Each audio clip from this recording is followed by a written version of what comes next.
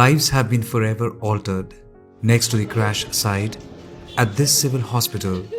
For so many people, their ears have adjusted to the sound of chaos. All wrestling with fate to defeat fate and give miracle a chance. At the civil hospital, families pour in with heavy hearts. The road ahead is agonizing, the weight unbearable. DNA tests now stand between them and a closure, each moment stretching into eternity. In the shadow of this tragedy, every story carries a weight of its own. Each tear, each memory binds us to the lives forever changed. As the nation mourns, another journey of loss and resilience waits to be told. He is Ravi Thakur, one of the many who is crestfallen. He stood outside the waiting room, frozen with his mobile phone in his trembling hand, showing the world the pictures of his mother and the daughter. DNA sample कराना पड़ा और 72 घंटे इन्हें भी कहा गया है कि रुकना पड़ेगा, उसके बाद पता चल पाएगा कि आखिरकार. There is no confirmation about their whereabouts as yet. Sarala Ben, the mother, used to work at the doctor hostel of BJ Hospital, where the ill-fated AI-171 had crash-landed. Like every morning, Sarala Ben had gone to work to make rotis for lunch for those medical students. Only difference is, on Thursday, she had taken the 2-year-old granddaughter Adya along with her.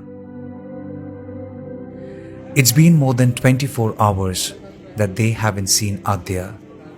The mother is inconsolable, barely conscious from grief.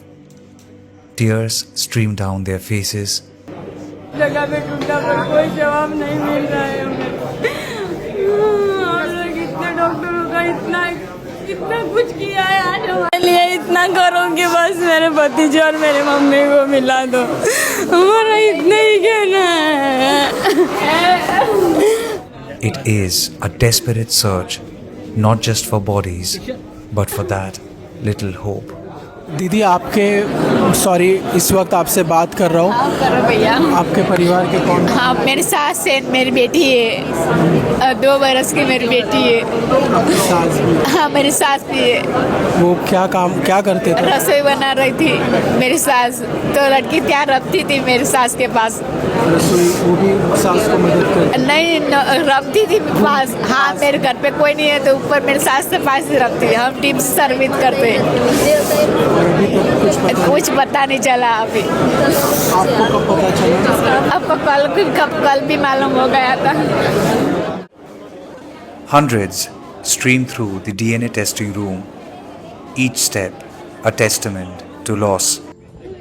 They are strangers, yet bound by an unspoken bond, a shared wound that words cannot touch. Some turn away from cameras, their silence louder than any cry. For them, no words remain, only the ache of waiting and the hope for answers that may never heal. Javed Ali Sayyed, along with his wife Mariam, came home for this Eid. They were returning back to London on Thursday, a journey that would forever stay incomplete. Sir मैं try कर रहा हूँ कि कहीं से उसका reply में मेरे को कहीं का अगर अंदर ही कहीं कुछ है तो एटलीस्ट रिप्लाई कर दे कि हाँ मैं इधर हूँ या जो भी है. तो फैमिली में पूरा जो स्टॉप हो गए हम लोग, वो कम से कम एक चांस.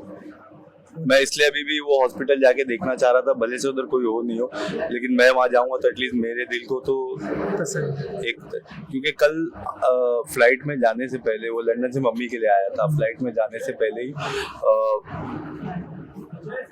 मेरे से भी मिला, मेरे को फोर्स किया कि चलो एयरपोर्ट में. बोला नहीं तू जा, अभी मैं इंशाल्लाह मैं खुद लंदन आने वाला हूँ, 1 हफ्ते बाद 1 महीने बाद मैं आऊँगा, तू जा.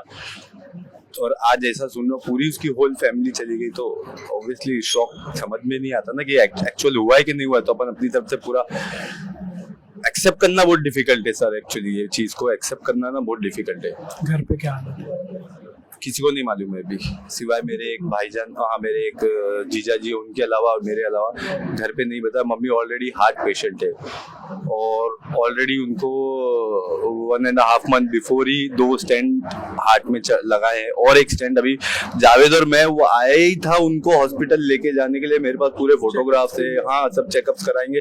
मैं बोला तू आ, तू देख ले क्या क्या है। मैं तो पूरा प्रोसीजर करके बैठा था, तो वो बोला कि ठीक है मैं आता हूँ। वो आया, चेकअप कराया और मेन स्पेशल मम्मी के लिए आया था कि उनका हार्ट का ऐसा हो गया, अचानक माइनर अटैक आया, स्टेंट डल गए। तो मैं आके मिलता हूँ, साथ में ईद मनाते अपन अच्छे से और फिर देख के समझ के जाता हूँ। मैं बोला ठीक है आ जा। तो फिर वो आया और आने के टाइम पे बोला मेरी फैमिली भी लेके आता हूँ। तो ऐसा वो फैमिली लाया, 2 छोटे छोटे सी बच्चे, या इवन मेरे पास वो एक एक चीज की अपडेट दे रहा था एयरपोर्ट पे, जो वो फ्लाइट के पास, बोर्डिंग के पास जिधर जिधर लेटे बच्चे मस्ती करे, वो सब फोटोज खींच खींच के भेज रहा था। लास्ट अपडेट पूरी वही। लास्ट में सच में तुम आते क्या एयरपोर्ट में? बोला मैं नहीं आ रहा हूँ बस। मैं बोला अभी बारिश भी हो रही है, जा मैं डायरेक्ट 1 महीने 1.5 महीने बाद मैं खुद आने वाला हूँ यूके में तेरे पास। एयरपोर्ट अगर आप चले जाते तो देखो सर क्या है मालूम है, उसको भी नहीं मालूम था, उसकी वाइफ ने टिकट ऑनलाइन बुक करी, मेरे को भी नहीं मालूम था। कोई मतलब ये नहीं होता इसमें, मैं समझता हूँ किसी की गलती वगैरह नहीं होती है, डेस्टिनी है, जो चीज होनी है वो एक बॉडी का एक मैकेनिज्म है जो तकलीफ होती है ये चीज को, लेकिन एक्सेप्ट तो करना ही है। आज नहीं तो कल, नहीं तो परसों एक्सेप्ट करना ही है। आपकी सिस्टर जो है वो सेम लंदन के लिए सेम दिन फ्लाई कर रही थी मुंबई से, बट ये कनेक्टिंग फ्लाइट थी। तो इसके भी मैंने आपको उनके भाई से भी अभी मैंने बात की, तो मेरी सिस्टर पहले आ गई थी, उसको कुछ मम्मी के साथ ज्यादा टाइम रहना था, ये काम में रहता था बिजी, तो वो आ गई वो अपनी फैमिली के साथ। और इन लोग जब साथ में गए एयरपोर्ट तो मैंने कंसल्ट नहीं किया क्योंकि ऑलरेडी वो पढ़े लिखे समझदार है। मैं बोला साथ में ही टिकट निकालेंगे, वो गए भी साथ में, तो मतलब एक ही फ्लाइट की होगी। लेकिन जब मॉर्निंग में ये हुआ ना, तो मैं लिस्ट में उसके नाम देखने के बाद मेरी सिस्टर, उसके बच्चे, उसके हस्बैंड का नाम ढूंढने में परेशान हो रहा था। मेरे को कहीं भी नहीं मिला, फिर उसका कॉल आया फोन से मेरे को। मैं बोला चलो ये भी है साथ में, मतलब अपडेट मिल जाएगी। मैं पूछा उसको, तो उसको तो मालूम ही नहीं, बोलती मैं पहुंच गई, मैं घर पहुंची हूँ अभी। मैं बोला मेरे भाई का नाम हम लोग प्यार से शंटू बोलते, मतलब वो, तो बोलते वो आएगा ना अभी फ्लाइट से। तब मैंने उसको बताया कि मैं बोला उसकी फ्लाइट तो क्रैश हो गई है अहमदाबाद में ही। तो वहां पे एक अलग मातम चालू हो गया।